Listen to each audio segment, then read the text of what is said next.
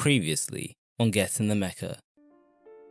Yeah, okay, Jujutsu Kaisen, good anime, well animated. It has a very interesting way of going about things in terms of how its director does a decent amount of directing, as well as animating too.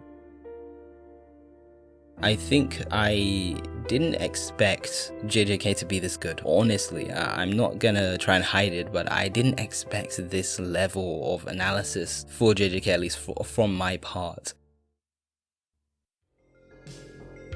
I'm Jamal, and you're listening to Get In The Mecha, your weekly anime and manga analysis podcast. From inspiring arcs to game-changing cinematography, I'm on a journey to try and make sense of it all, episode by episode. Enjoy the show. Welcome back to Get In The Mecha, and in today's episode we are looking at why Jujutsu Kaisen surpassed my expectations. Very weird title for what I'd usually go for, but that's what we're doing today because I really need to talk about this anime on a general level. There will be a lot of animation talk this episode, but I want to talk about it a bit more generally as to saying that we're honing in on animation. So for anyone who is new to the podcast, I am Jamal. I like to think a lot about anime and hopefully get a bit of value thinking about it on a bit of a deeper level, but whether it is that is obviously up for interpretation. And yes, today I want to discuss Jujutsu Kaisen. So today I want to talk about directors who have worked on Jujutsu Kaisen and why I feel like that really ups the level of this anime. And I also want to, for the first time, really address narrative as well, something that I haven't really touched when discussing this anime when I have done it. So yeah, that is the game plan for this episode. Let's get right into it. Here is episode 86 of Get In The Mecha, a look at why JJK surpassed my expectations.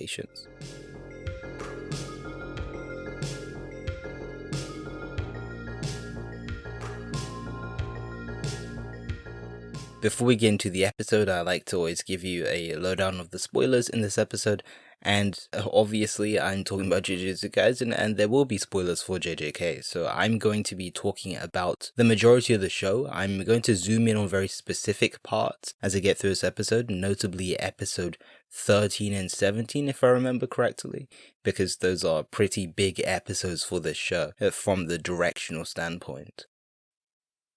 As you'll notice as we get through this episode, there is a very specific topic which I'm going to be hitting multiple times, and it's this idea of diversity. I'm referring to diversity mostly on the visual level. The diversity is in its directors and who is directing and their styles and how that adds to the larger sort of mosaic that is JJK. And that is really where I think this anime shines and why it's, in summary, went past what I thought it could be, because it is so versatile visually to the point to which I'm just I'm in awe sometimes at what will actually happen, because one day I am looking at the episode that happened last week and I'm like, okay, this is really cool, and then we progress about 6 episodes later and I'm seeing something completely different that is also really awesome too, and it's all within the realm and bounds of what this show is, but it goes beyond it in a way, and that's what I want to cover today.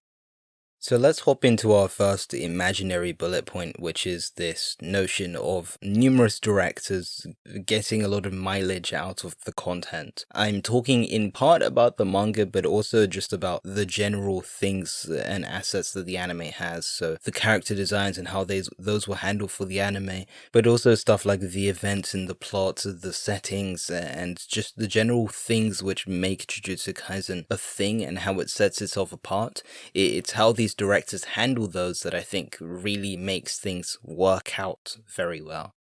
One of my favorite examples of this is the kind of different educational approach that JJK takes, where yes, it is educational, but it doesn't really take place exactly in a school per se, and as a result, with a lot of things that happen outdoors, it allows us to do some really cool stuff. For example, stuff like Opening 2, which takes place mostly outside, but that creates just the possibilities for so many amazing scenes to take place. It gives the opportunity for directors like Shingo Yamashita, who directed both openings, to take advantage of the very grim approach or the rather duller feeling or lower feeling that we're getting post Mahito arc. But when I say low, just to clarify, I don't mean bad as in, oh, it's not as good. I just mean low as in after the events, a pretty sad event taking place. There's a much darker mood that we get from the second opening, and I credit Yamashita for taking advantage of that and showing it through the setting. So I suppose that's pathetic fallacy and all these other types of things which he is extremely good at picking up on. I suppose with a director like Shingo Yamashita, who has worked quite a lot with stuff like Water before in his own key animation work, this wasn't much of a difficulty to understand and get to grips with, but again, because they've worked with it. In a rather different way, this same thing applies to Hironori Tanaka's episode of the show as well, which was episode 13. This was the concluding episode of the Mahito arc, and I don't think it could be done any better, and I don't think I could choose anyone that would maybe do it better than Tanaka, because they feel almost suited to do an episode like this. Tanaka was basically built to handle a character like Mahito with their long hair and how their model can be distorted so much, because that is exactly what Tanaka as an animator goes for most of the time. I spoke about this last episode when we were talking about Baki Monogatari and the Tsuruga Monkey arc, and I'm basically returning to them right here. A lot of emphasis on distortion of hair and body parts to make this very sort of wavy feel. That's a very bad description, but I'm sure you get my point. And when we think of how curses are, and as Mahito proved, they have the ability to distort their bodies and change form and shape and their identities very easily. And I think that Tanaka, as I said, who focuses on distortion, does a great job of directing this episode as they bring their skill set and expertise to this episode and to the story, which is Jujutsu Kaisen. I'm not particularly saying that this is new to the show. This idea that curses can shift quite easily isn't something which only existed within the anime. That's not my point. But what I do mean is that I think that Tanaka brings this out even more. When Nanami and Yuji are fighting Mahito, and then Mahito then goes on to use their domain expansion, just before that, you see the true brutality of it all, and how curses can really look, and just how nasty they can be. So Vakreek animates this, also an amazing animator. Vakreek animates this section where it's the meme section, basically, where they're both hitting Mahito at the same time, and they're just going in turns, and it's just super cool. And that, I think, is just such a great demonstration in how, I don't have it here, there will be Sakabura links and all that in the description, but I love how the hair flips outwards and it sort of inverts, and it's being knocked between them, and the face distorts and it feels all pasty. And this is what I think that the animator Vakreek, as well as just everyone on this episode and the director, obviously Tanaka, is able to bring out in this episode, the nasty nature of curses. And I feel like this is why animation is important, because we're able to show these a lot better. Okay, maybe not better, but more in a much more obvious way, which can be understood through movement. As we as people move, we can resonate and communicate this much better through animation. We'll end up cycling back into this episode because I find it a very important one, but what I am just trying to say, I'll summarize upon the summary, is that characterization and who a character is can really come through from animation alone. Just like when we're talking about Wonder Egg and why character acting is super important, I even wrote a whole article on it too. It's the same with Jujutsu Kaisen and its combat as well, and Tanaka just does a great job of proving how important it is for understanding how curses work and what they are. So I suppose you could say, if I'm to stretch it a bit, I suppose you could say that it is building upon its source material in some sense. And then there's the final director who I wanted to hone in on for this episode, which is Shota Goshizono, who directed episode 17 of the show. This, alongside episode 13, is probably my favorite episode of JJK for a variety of reasons, not just in terms of how it's animated and who's on it, but in part also because of who is on it, because that's what makes it so special to me. Similarly to the other directors, they are great at taking advantage of what they have and what the production is. It in terms of color, I wouldn't call it the best in terms of its compositing, but also just how it blends a lot of these purples with greens and grays and stuff like that. The contrast, I wouldn't say, is very great there.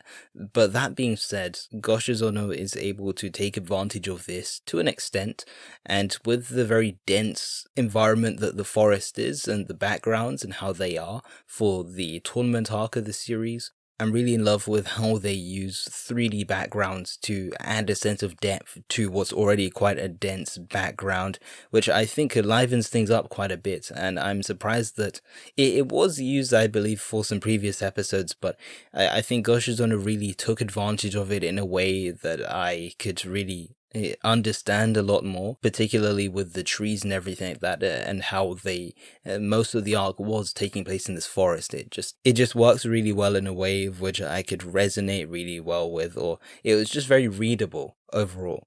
They also do an awesome job of contrasting this, which was very in-depth environment.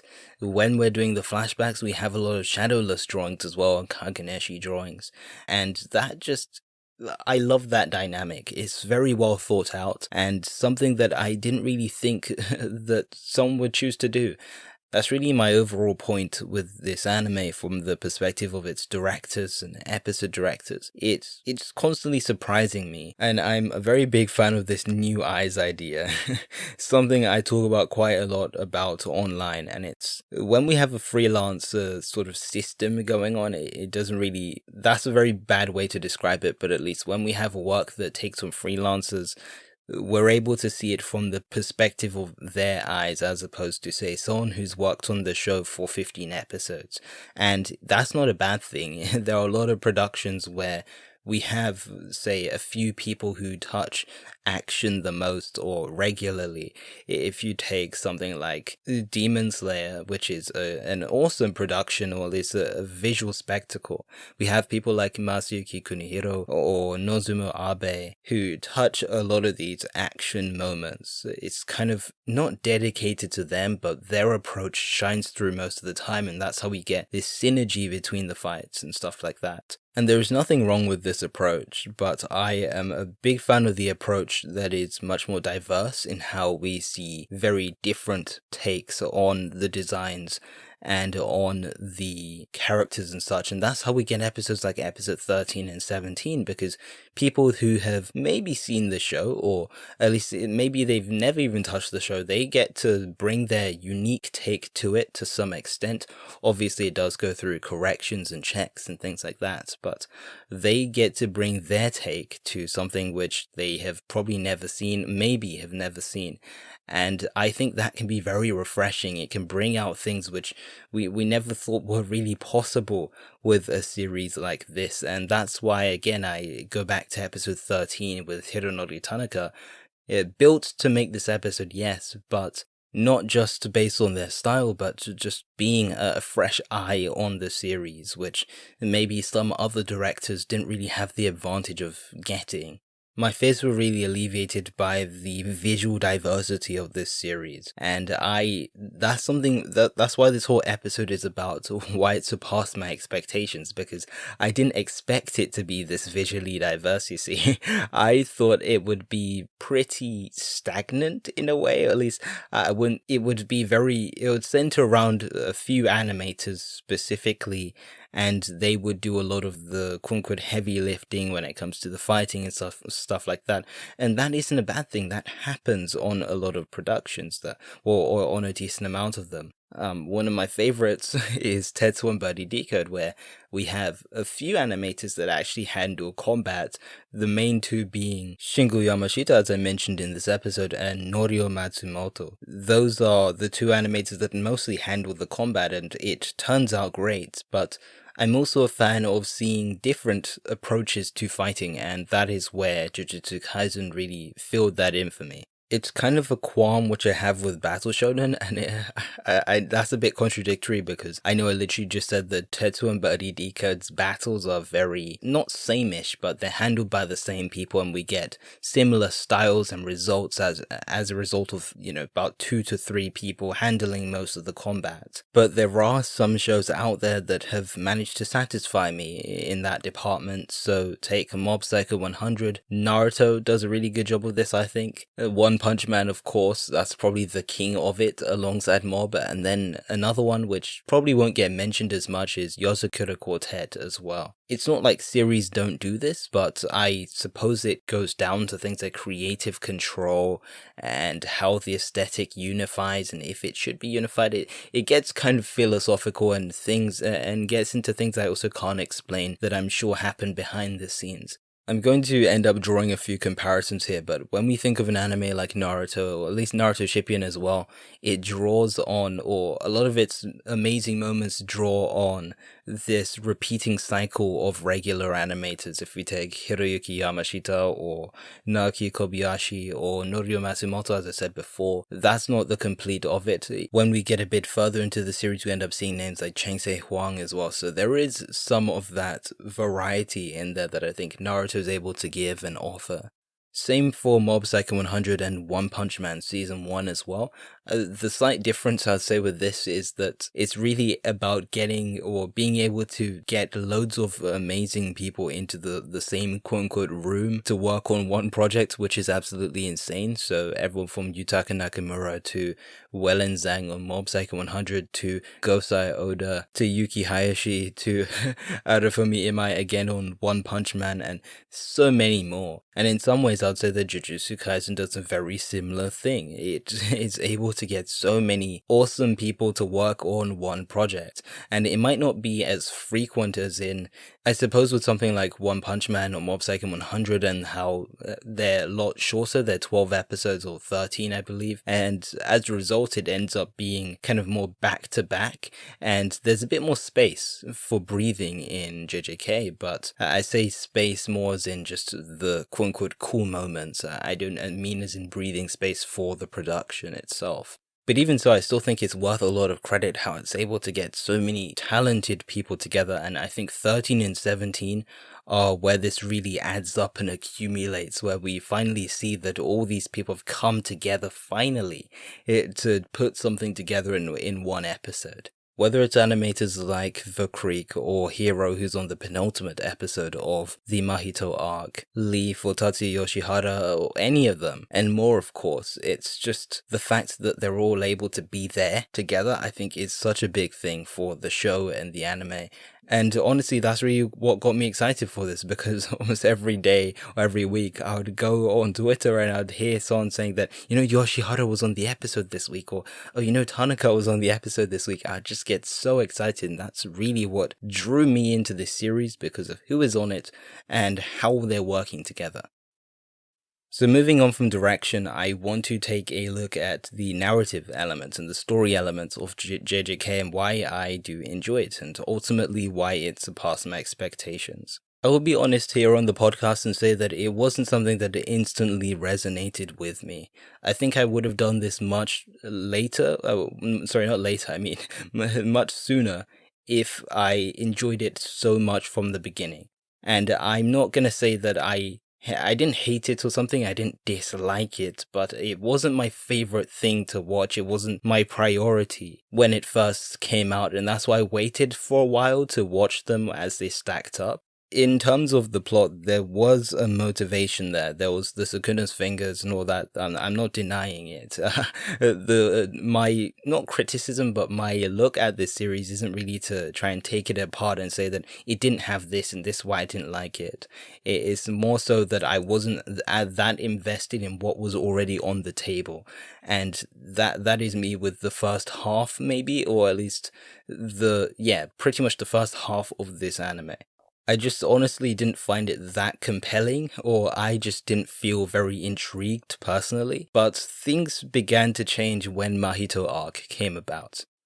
Mahito Arc for me really set the scene and lit up this series as it started to rise in tensions, and it felt like there was a motivation there. What are these motivations? I say these motivations are the escape of Mahito, him being able to get away with what he's done, and obviously when we say what has been done, that is the death of Junpei, or killing Junpei, basically. I feel like this really ignited the show and the passion of the show in how it was about making sure that this sort of thing wouldn't happen, and also kind of avenging Junpei in a way. I am gonna make another kind of weird comparison, but I like to think of what happened at the end of Mahito Arc, kind of like the conclusion to Tower of God Season 1, or the prologue of Tower of God, if you want to call it that. Prior, there's a motivation to climb up the tower, but after something spoilery happens, then that is where things are ignited. As you can tell, analogies just aren't my forte, but I hope you can understand, at least if you've read Tower of God, what I'm trying to say, or even if you watched the anime, it's the same idea. And if not, then just understand that what I mean by this is that Mahito Arc, for me, is what kicked it into gear, and it really whipped it into shape, and that's why I'm really invested in it now. We're gonna kind of loop back into animation, but what also just drew me in terms of the series as a whole, and why I decided to watch it post episode 10 or so, it was, again, its visual diversity. Tanaka put together what was probably the most exciting Christmas episode I could ask for. Directing, storyboarding, doing animation directing, and even some key animation presumably on this episode. They did so much, but it worked so well, honestly. And I still stand by the fact that it is probably one of the best episodes of 2020 for that purpose. What is so special about episodes 17 and 13 is that they showed me what JJK could be, and I was insanely motivated to continue the show knowing what it could be, and it continued to reproduce this as we went along. Not every episode is an episode 17 or 13. That would be asking for too much, honestly, for any show. But these episodes just gave such a great indication of what it could escalate to and what it could all amount to, and that is, in summary, why I have enjoyed Jujutsu Kaisen so far. With that being said, that is the analysis for this week. Let's jump over to closing thoughts, and I will briefly give you what I think about Jujutsu Kaisen so far in a short little summary.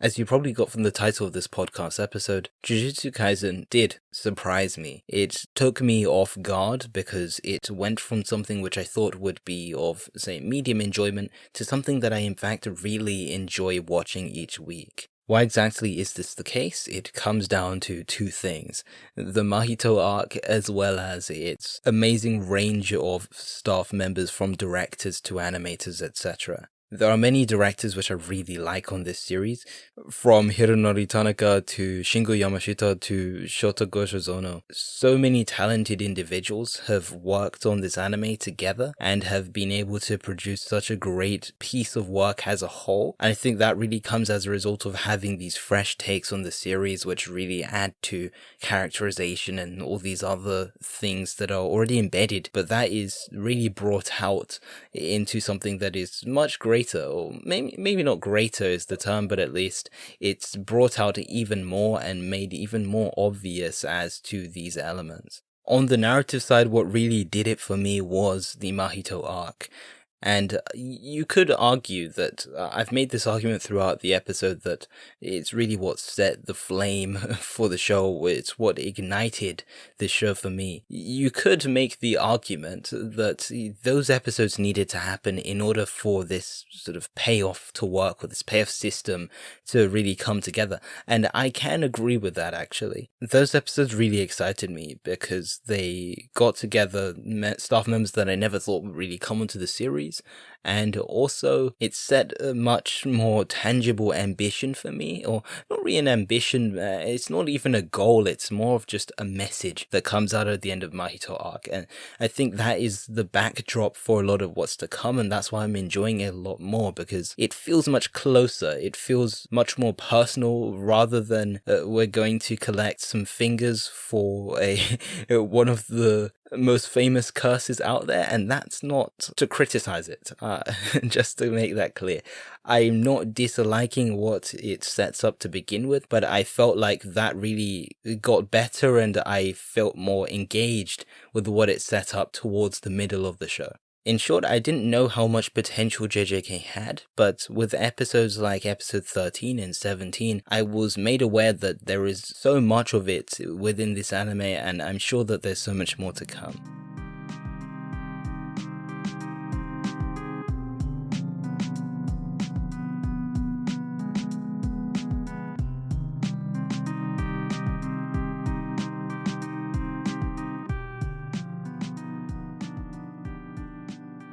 Thank you for listening to this episode of the podcast. That has been episode 86. I hope you did enjoy this one, and I definitely did. It's been fun talking about Jujutsu Kaisen at length. I haven't really been able to do it like this because we're usually very organized and talking about different people, but it was fun to just talk about it generally and what I think about this anime, because I don't think I've really relayed my opinions on it very much.